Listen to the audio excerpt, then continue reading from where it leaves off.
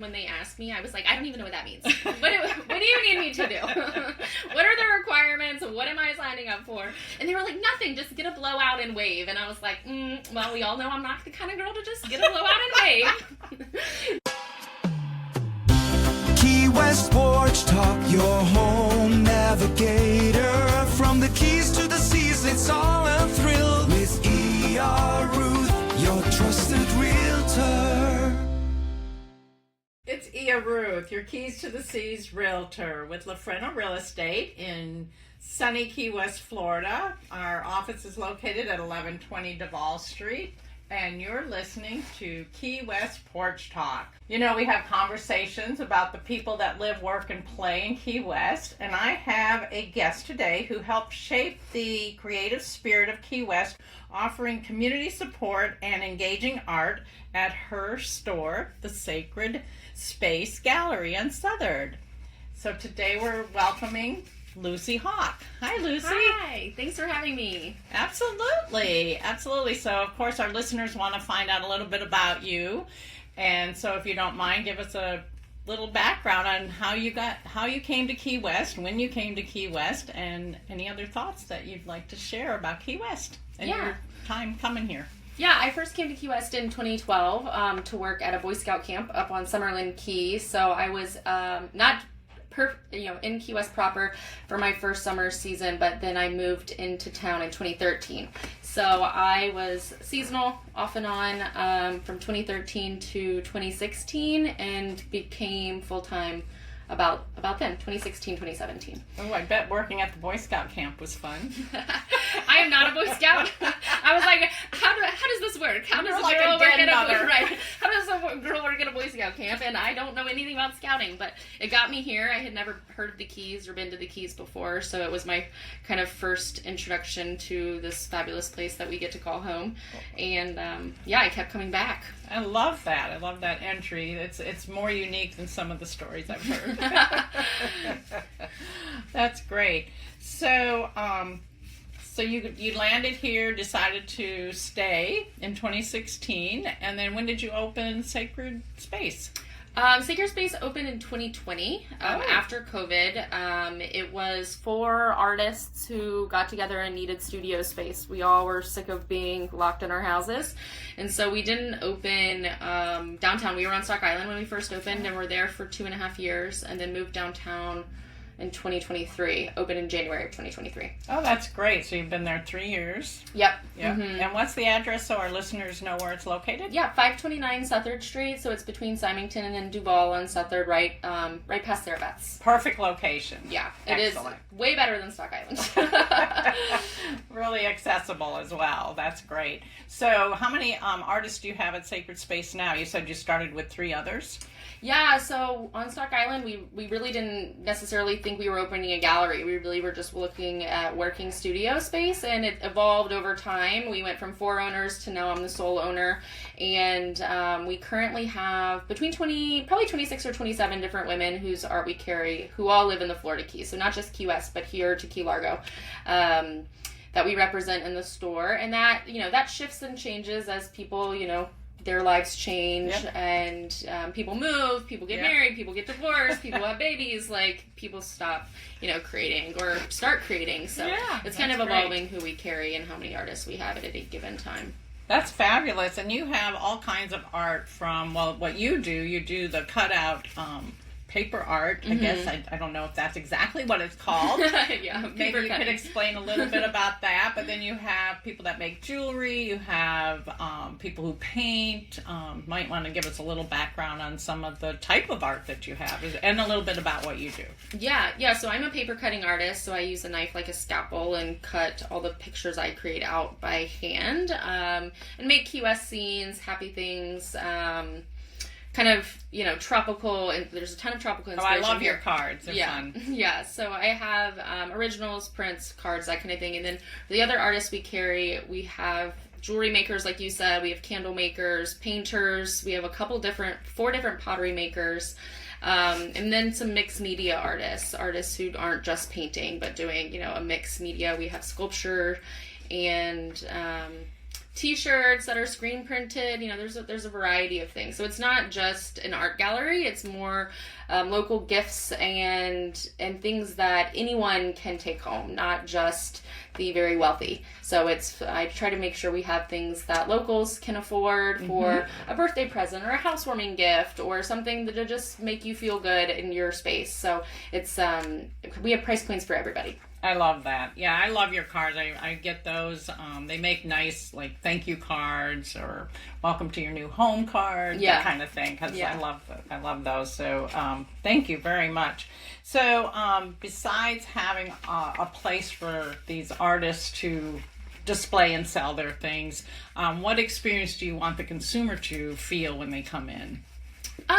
I think that having like a welcoming environment is really important to me. There's a lot of different vibes you get when you walk into stores, and I want the vibe when you walk into my store to be one of welcoming. I want it to feel light and colorful and happy. I don't want you to feel uncomfortable if you don't know what a medium is or what kind of paint that is. So I want people to feel like they can, it can be approachable. Right. They can come in and they can ask you questions about something that they like or that they've never seen before. Right. And not feel embarrassed or shamed for not knowing, and just excited. I want people to get excited about the local arts community that we have here and to support the local art, the artists that we have in the Keys. Absolutely, yeah, and your space is very open and bright. I love it. It's a very welcoming space. So remember, everybody, go down to her shop when you're in town in Key West. What's the address again? 529 Southern. Yep, right. Sacred Space Gallery. If you're redecorating your home,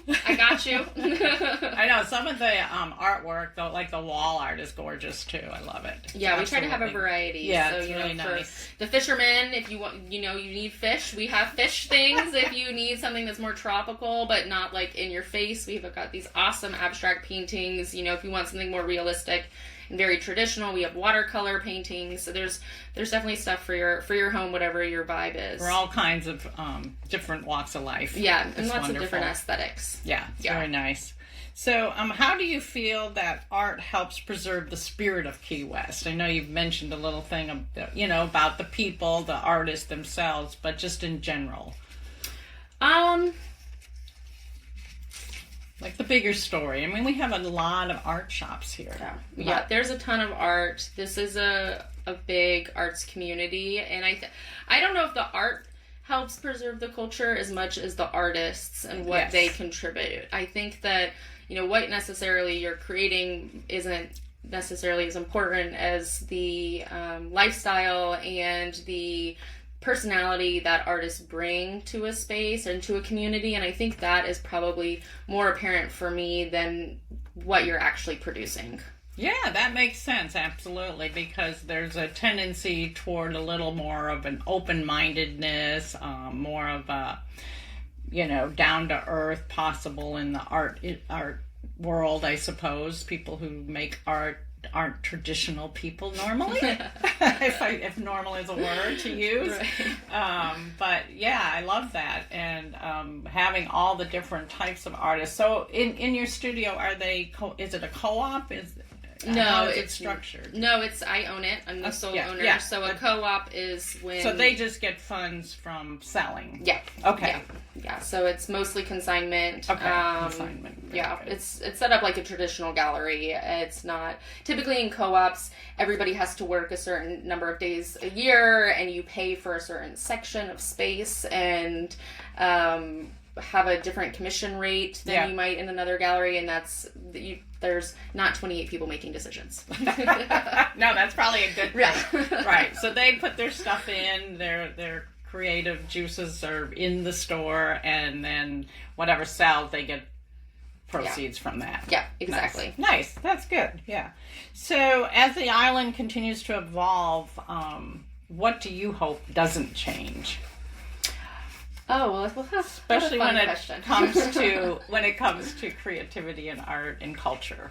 Yeah, I think the culture of Key West is changing as the affordability changes. Yeah. So there's not as many people who can afford to live here who are artists, and I'm in that group.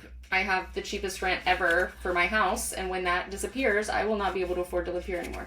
And so I think that people always say, oh, I can't afford to live here, and people move, and we've seen it for years and years and years, people moving, and it's getting to the point that, you know, there are these great stores that small businesses who don't have funding from a trust fund or something like that that are going to end up having to close because it's not affordable to stay. But I hope that what doesn't change is the open and welcoming atmosphere of Key West, the true one human family motto, not just saying it, not just but the words. Walk the walk. You gotta walk it. You can't just say we believe it and then vote every way against the people that care. And the workers and the foundation of the city. Yeah. And what made it the fun city that it is, the weird Key West that it is. Yeah. I mean, people love Key West because it's different, but you can't then come in and try to change it. That's right. Like drastically. I mean, we all bring our own flavor, right? And we all bring our own new thing to it. But I think that diverse blanket is what people love about Key West, and that is becoming less and less diverse. I know it's really challenging when people want to move here, and they do for that reason, but then you have the other people that want to move here, and they're like, all of a sudden they're here and they don't want things to be that way, and it's like, but then maybe you should have considered not moving here. Right. I know I shouldn't say that as a real estate agent, but it's true. Well, yeah, I mean, if you want to live somewhere, you need to agree with the place you're moving. You know, if it's your fourth home and you're here 1 week a month or 1 week a year, you're not voting here, so whatever. But if you're gonna actually move here and try to drastically change the culture to be one of hate, that maybe go somewhere else. That would be, yes. That would be great. we want to continue to grow the love and really be the one human family that we're known for, the reputation we have. So what do you think, when you talk to the people that come into your store, the visitors that come in, do you have any stories that they tell about why they stopped in your store? I'm sure they walk in and don't even know what they're walking into initially. Most people who walk in say that they saw it was all women, and so nice. they come in because it's all women. And that is very different for us. We're the only gallery or store, I think, in all of the Keys that only carries artwork and gifts by women. And that, I think, is something that people can resonate with and people like a lot. And then the second thing would be, I have a sign that says bigotry is not welcome here, and a trans flag, and a fuck fascism mug in the front window, and all of those together are why people come in. Because they feel safe, and they feel seen, and they feel like the 5 Trump signs that they saw on the way walking down the street isn't the vibe that they're going to get, and they're going to be welcomed, and they're not going to be judged, and they're going to be made to feel like this is where they should be when they walk into my store. And I try to make that very apparent, so you don't even have to walk in if that's not your thing. You can just keep on going. Walk on fast. Oh, that's great. Yeah, because you just never know what leads someone into the doorway.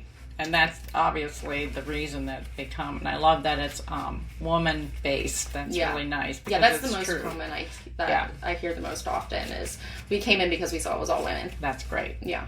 That's great. Which just happened to be a happy accident.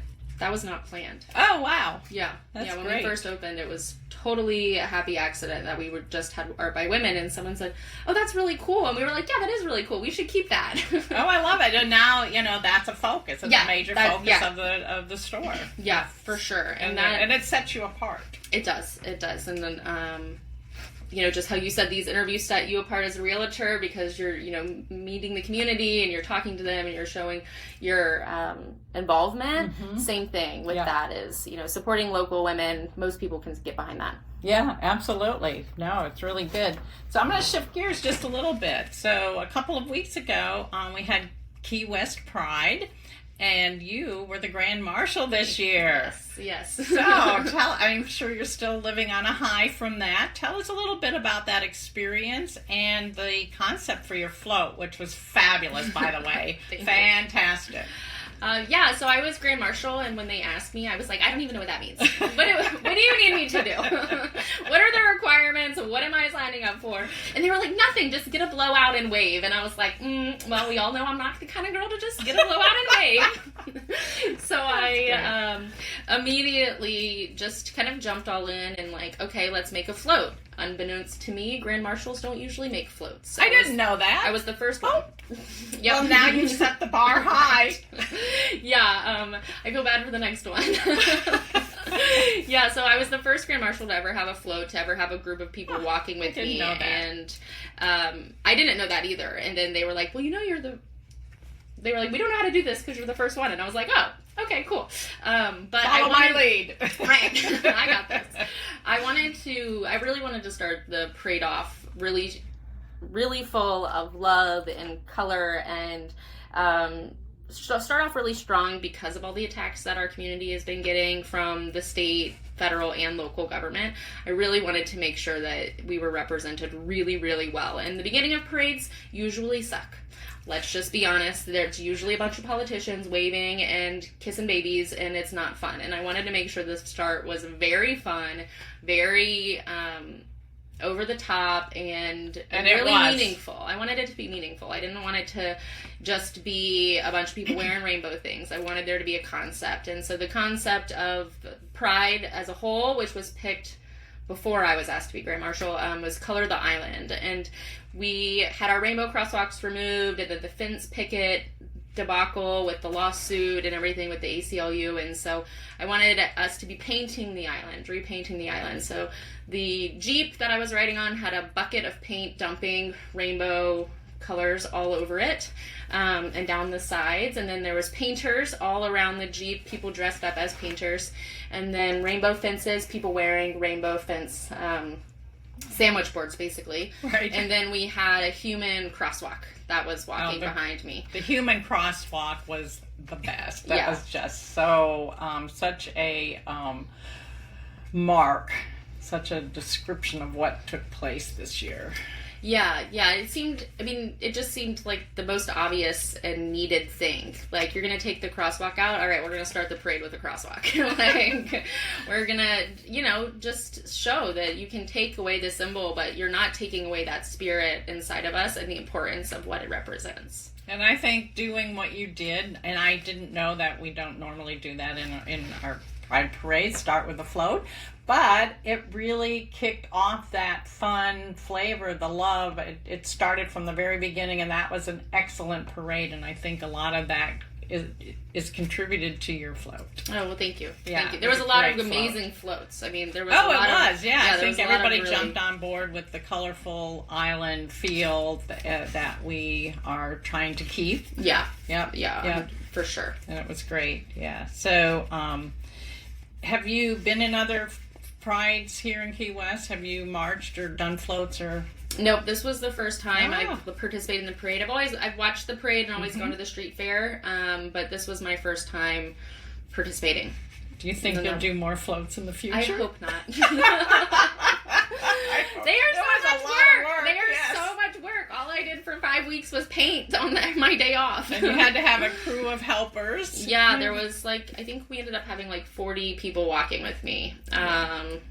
Maybe it was, about 40. It was a big group. But it's a lot to make props. It's a lot to make the concept, and it's expensive, and you have to make sure everybody's coordinated and be prepared for 3 people to drop out the day of, which happened, and, And make sure that your float stays intact during the whole parade. You never Yeah. know what the weather's going to do. Yeah, it was very windy when we were waiting, and I was a little worried. And then, once we start going, it was fine. But, yeah, you have to make sure it's sturdy and stable to be on a car. Or a Jeep or a truck or whatever your float's on. That's right. So you did touch a little bit on the feeling of Key West and the one human family. And could you elaborate just a little bit more on that and how you're feeling things are going with that in today's environment? What's the question? About the one human family.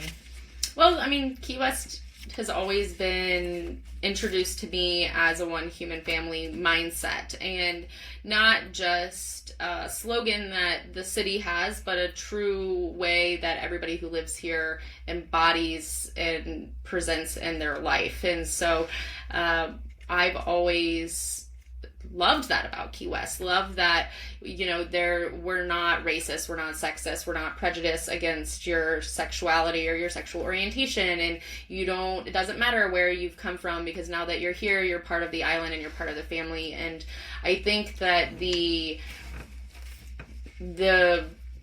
ethos is being tested, and people's true belief in that ideology is being tested and tried. And there's a lot of people who are not saying they don't believe in one human family, because that would be probably a sin to do here. Yes. But that they're behaving in ways, their actions are showing The that actions they're are not going aligned. along with their words. Yeah, and that's hard. It's hard. In the last year, I stopped being in love with Key West. Oh. And that's because of what's happening. I mean, it's the attack on our immigrants. It's the attack on the LGBTQ community. It's the attack on water quality testing. I mean, like, everything. It's from all angles that it seems that our local government doesn't care about us. I used to be the most proud that there was a pride flag hanging at City Hall, and now I think it's a sham. And I don't think that they should have it hanging, because if they're going to vote against the gay community, they can't act like they care. And having the flag there is a misrepresentation of what our City Hall is doing. And I think that they should be ashamed of themselves, honestly. And it's made me not love this town as much. But fortunately, we can elect better people.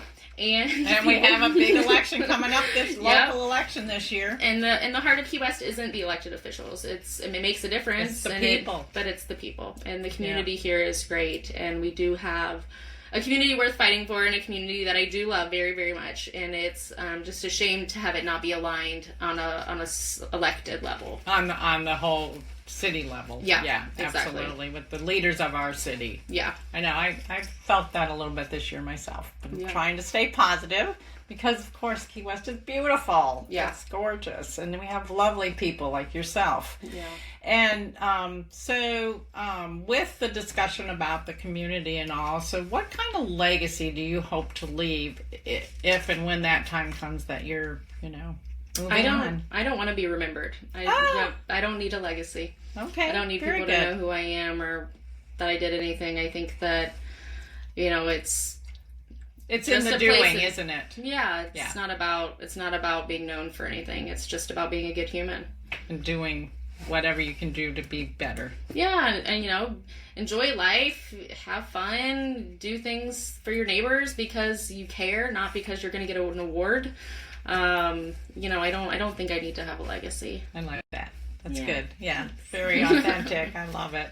So do you have any other last minute things that kind of wraps up kind of my basic questions for the podcast? And do you have anything you'd like to say before we go into the this or that section? I don't think so, unless you No. have anything. No. I think you are going to have a legacy, though, with the parade float. Well, maybe. The next Grand Marshal is going to be cursing me. Or maybe they'll be calling you up for advice. Yeah, maybe. Sorry, I'm unavailable. I don't know how to build a float. I'm sorry. That's great. That's great. Well, thank you so much. We appreciate it. And remember, it's 529 Southard. Yep. It's your gallery. Secret Space Gallery. And now we're going to go into the fun part. This is like a quick round, and I'll just ask you this or that, and you can tell me which one you like better. Okay, cool. And we'll see where they go. Okay. All right. Coffee on the porch or happy hour cocktail? Well, I don't drink coffee, so I gotta go cocktail. That's great. Sunrise at White Street Pier or sunset at Mallory Square? Always sunrise at White Street. I love it. I'm there most days. Oh, I didn't know that about you. Very good. All right. Pride Parade or Fantasy Fest Parade? Pride, duh. Of course, right? Obvious. Yeah. I do love Fantasy Fest, though. Yeah. Historic conch home or a modern island home? Historic. I'm with you on that one. Although I live in a, 50s house. Yeah. Cinder block. Yep, me too. It's still here. Art that makes you think or art that makes you feel? I think you asked the same thing. I think art that makes you think makes you feel. So I love it. Yeah. I say So yes. that's all in the same. Yes. Front porch or backyard oasis? I would love either one. Either one sounds great. quiet island day or festival weekend? Island day for sure. Yeah, it's good to have the festival weekend, but we do like our time downtown. Yeah. Yeah. Painting or photography? Photography. Ooh, another new little tidbit I didn't know. Character or square footage in a home? Character. Of course. Duval Street or White Street? Those are the only options? You can pick another one. Petronia. There you go. Oh, very good. Excellent. Yes, I love Petronia as well. Yeah. Well, that's it for my this or that, and I Fabulous. Appreciate the time we've had. Yeah, thank you very much. Thank you so much Appreciate for it. having me. Absolutely. And just so our listeners know, this is Key West Porch Talk, and you can find the episodes on YouTube or Spotify. They drop on the 1st and the 15th of every month. And I'm Ruth, your Keys to the Seas realtor.